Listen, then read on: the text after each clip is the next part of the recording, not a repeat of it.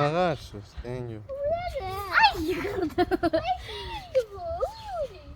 Duşi. Bu da geldi. Gel. Oy benim elimden girdi bu. Axır bugün kök keyfi yaşayırlar.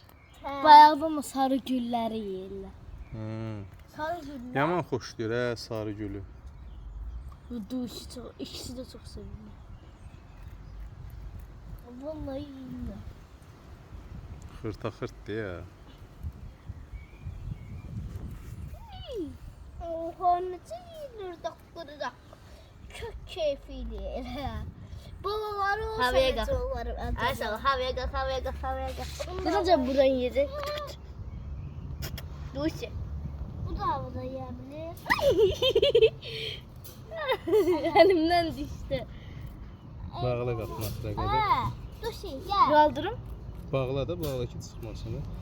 Yadından Çıksa ne olar ki? Sonra gəlin də bunu tut. Ay Qaçacaq ya. aya. Ha. Kaçsın.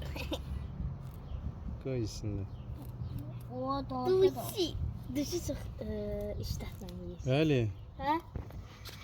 Siz bu haqda nə deyə bilərsiniz? Çok şirindi. Ama karnı da gedip derman vermək lazımdı. Bakın. Yodlu su verdim hə, qarnı gedib. Deyəsən çox yaş ot vermişik ona görə. Ne? Yaptı. Ama Yaş ot, yaş. Otu qurudub duşi var ya vermək lazımdır. balaca. Balacanın adı Gördün mü? duşi. Kurdum vermək lazımdı. Ben onu deyirəm də o duşi. Eybi yoxdur. Ben ne deyirəm? Aslında Çörək qurudarıq, çörək. Hə. Evdəki çörəklərdən dilimləyib qoyaq çölə. Dilimləyib qoyaq çölə, qurusun. Versən xırt yeyirlər Ata qəşəng. bu duşi var ya duşi. Düzən yaş otlarından çok o yedi. Amma o birsən qarnı gedir. Bilmirəm niyə görə. Baxarıq, yodlu su qoymuşam. Biraz yodla. Yod. Biraz quru çörək verməyə lazım. Biraz buğda. Dusu nədir? Tuzlu su. Tuzlu yox, yodlu su. Yok. Niye yok tuzlu verirsen? Biraz bağırsaqlarını təmizləsin. Ama bunlar yemirler axı, içmirlər.